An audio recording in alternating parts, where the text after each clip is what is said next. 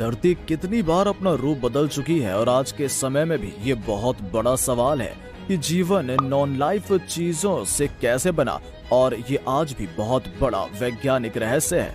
हमारे पास एक current gas के हिसाब से पृथ्वी की शुरुआत 3.8 बिलियन साल पहले हुई थी।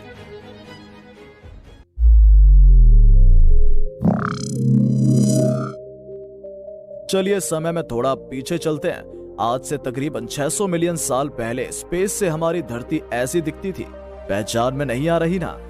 पंजिया से भी पहले एक सुपर कॉन्टिनेंट था जिसका नाम था पोनेटिया सुपर कॉन्टिनेंट, और इस टाइम पर सारे कॉन्टिनेंट एक दूसरे के साथ जुड़े हुए थे। इस टाइम पर पृथ्वी की जमीन पूरी तरह से बंजर थी। उस टाइम पर हमारी पृथ्वी पर लाइफ पॉसिबल नहीं थी। उस समय हमारी पृथ्वी के पास एक एटमॉस्फेयर तो था, लेकिन उसमें ओजोन लेयर की कमी थी, जिसकी वजह से यूवी रेज धरती पर आसानी से गिर रही थी। हमारी पुरानी अर्थ में चाहे जीवन जमीन पर संभव नहीं था, पर पानी के अंदर लाइफ धीरे धीरे संभव होने लगी, अमीबा की फॉर्म में, और उसके बाद में जाकर एल्गी फॉर्म हुई। जैसा कि हम जानते हैं कि एल्गी एक टिपिकल प्लांट है और वो एनर्जी प्रोड्यूस करने के लिए एक ही तरीके का इस्तेमाल करता है, यानी कि फोटोसिंथेसिस। जैसा कि हमें पता है, फोटोसिंथेसिस का बाय प्रोडक्ट ऑक्सीजन होता है। जैसे पानी में एल्गी बनती रही, वैसे ही ऑक्सीजन का लेवल बढ़ता रहा, और ऑक्सीजन पानी से हल्का होने के कारण पानी से उठकर एटमॉस्फेयर में मिलती रही, और धीरे धीरे पृथ्वी पर जीवन ऐसे ही इवॉल्व होने लगा। इस प्रोसेस से single cell organism multicellular organism में कन्वर्ट होने लगे। साल 2013 में क्वींसलैंड म्यूजियम की associate professor doctor Andrew Rozefelds के हाथ एक फॉसिल लगा, जो कि एक स्कॉर्पियन का था। कोई मामूली स्कॉर्पियन के जैसा 2 या 3 इंच का नहीं, बल्कि एक भेड़िए जितना बड़ा फॉसिल था। लेकिन ये इकलौता ऐसा फॉसिल नहीं था, बल्कि उन्हें बिल्लियों जितने बड़े स्पाइडर्स भी मिले, एनाकोंडा जितने बड़े मिलीपेड्स मिले, और भी बहुत कुछ। आइए जानते हैं थोड़ा और गहराई में। आज से कुछ 530 मिलियन साल पहले हमारी दुनिया के समंदर में से अलग अलग लाइफ फॉर्म से काफी कम टाइम में ही बाहर उठी, जैसे कि आर्थ्रोपोड्स, वॉर्म्स, मोल्यूक्स, स्पॉन्जेस, एकिनोडर्म्स, पिकाइया, एनोमोलोकेरीज, विविक्सिया, हेल्यूसिजीनिया, जिस वजह से रिसर्चर्स ने इस पीरियड को द कैम्ब्रियन एक्सप्लोजन का नाम दिया। ये एक ऐसा पीरियड था जिसमें फूड चेन की शुरुआत हो चुकी थी, क्योंकि शिकार और शिकारी दोनों का जन्म हो चुका था। इस टाइम पर समुद्र की सतह एल्गी और मॉसिस से भरी हुई थी, और इस पर क्रैब्स की तरह दिखने वाले ट्रिलोबाइट्स गुजरा किया करते थे, और इस पर एनोमोलोकेरीज शिकार किया करते थे, जो कि 200 cm तक, यानी कि 6-5 जितने बड़े। उस पीरियड में कुछ ऐसा हुआ जिससे एवोल्यूशन बहुत ज्यादा फास्ट हो गई। अगर देखा जाए तो एवोल्यूशन बहुत तेज हो रही थी। इसके पीछे का रीजन क्या था? काफी सारे साइंटिस्ट्स रिसर्च कर रहे हैं, इसलिए पीरियड को कैम्ब्रियन एक्सप्लोजन का नाम दिया गया था। इसका मतलब था छोटे से पीरियड में बहुत ज्यादा एवोल्यूशन हुई। अब धरती पर कुछ ऐसा हो रहा था कि लाइफ काफी तेजी से इवॉल्व भी हो रही थी, और उसे सरवाइव करने के लिए जरूरी ऑक्सीजन भी भरपूर मात्रा में मिल रही थी। लेकिन पानी के बाहर जमीन अभी बंजर ही थी। कैम्ब्रियन एक्सप्लोजन के करोड़ सालों बाद भी सभी ऑर्गेनिज्म पानी के अंदर ही पनप रहे थे, और जमीन पर एनिमल्स का कोई नामो निशान नहीं था। इसके पीछे सबसे बड़ा रीजन यूवी रेस की हार्मफुल किरणें थी। लेकिन आज से 460 मिलियन साल पहले ओजोन लेयर बनकर रेडी हो गई थी, और यह संभव हुआ एटमॉस्फेयर में प्रेजेंट एक्स्ट्रा ऑक्सीजन की वजह से, यानी कि अब लाइफ जमीन पर भी पॉसिबल होने लगी।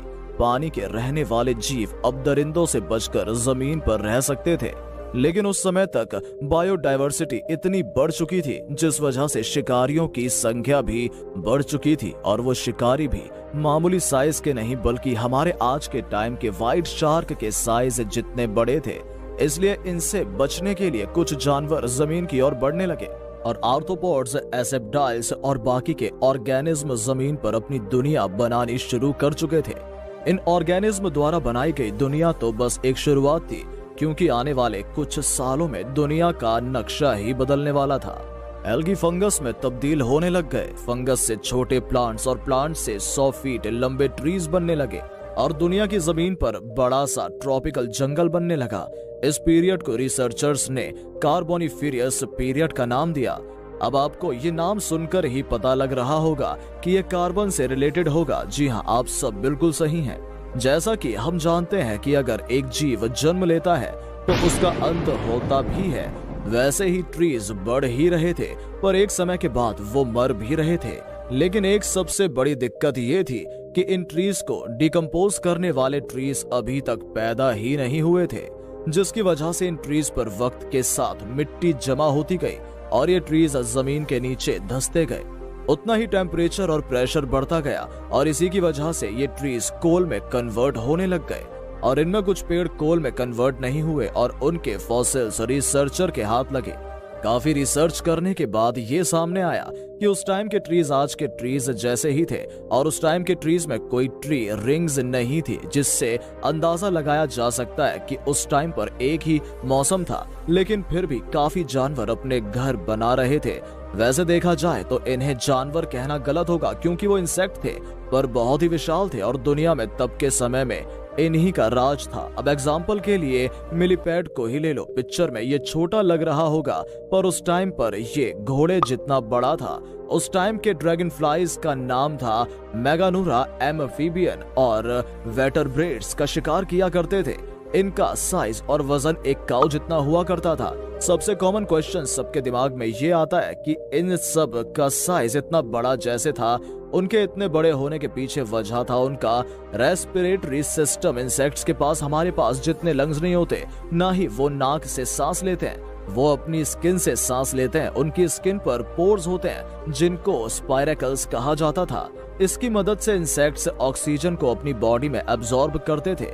ये समय ऑक्सीजन रेट आज के टाइम में 15% ज्यादा होने की वजह से इतना ज्यादा ऑक्सीजन उन्हें ज्यादा बड़ी स्किन और जितना कम ऑक्सीजन उतनी छोटी स्किन देती थी। साइंटिस्ट्स ने इस चीज को देखने के लिए एक एक्सपेरिमेंट किया। साइंटिस्ट्स ने जब इंसेक्ट्स को आर्टिफिशियल ऑक्सीजन सप्लाई देना शुरू किया तो उन्होंने ऑब्जर्व किया तो उनकी नई जनरेशन पिछली वाली से काफी ज्यादा बड़ी हो चुकी थी। पर पृथ्वी पर रहने वाले इंसेक्ट्स का अंत बहुत ही नजदीक था, क्योंकि हमारी पृथ्वी सबसे बड़ी मास एक्सटिंक्शन के लिए तैयार हो चुकी थी, जिसका नाम था परमियन मास एक्सटिंक्शन पीरियड। पृथ्वी पर टेक्टोनिक प्लेट्स के मूवमेंट की वजह से जगह जगह वोल्केनोज इरप्ट होने लगे और उन वोल्केनोज से निकलने वाला सल्फ्यूरिक एसिड एटमॉस्फेयर में घुलने लगा, जिसकी वजह से सल्फ्यूरिक एसिड की बारिश होने लगी और इसकी वजह से कार्बन का लेवल बढ़ने लग गया और ऑक्सीजन का लेवल कम हो गया। और ये तब इतनी विशाल थी कि दुनिया का 95% ऑर्गेनिज्म विलुप्त हो गए और जितने भी जीव बचे थे उनका साइज कम होने लग गया, क्योंकि एटमॉस्फेयर में ऑक्सीजन की मात्रा कम हो चुकी थी। और इस टाइम पर जो छोटे छोटे जीव बच गए थे उन्होंने अपनी आगे आने वाली प्रजातियों को जन्म देना शुरू किया। और अगर आप जानना चाहते हैं कि कैसे पेंजिया टूटा और कैसे एस्पायर का अंत हुआ, तो वीडियो के डिस्क्रिप्शन और ऊपर कार्ड में लिंक गिवन आप लोग जरूर देखिएगा। और अगर आपको ये वीडियो अच्छी लगी हो तो वीडियो को लाइक कीजिए, अपने दोस्तों के साथ जरूर शेयर करें और अपने विचार कमेंट सेक्शन में जरूर रखें। और तब तक के लिए सत श्री अकाल, नमस्ते, खुदा हाफिज, टेक केयर।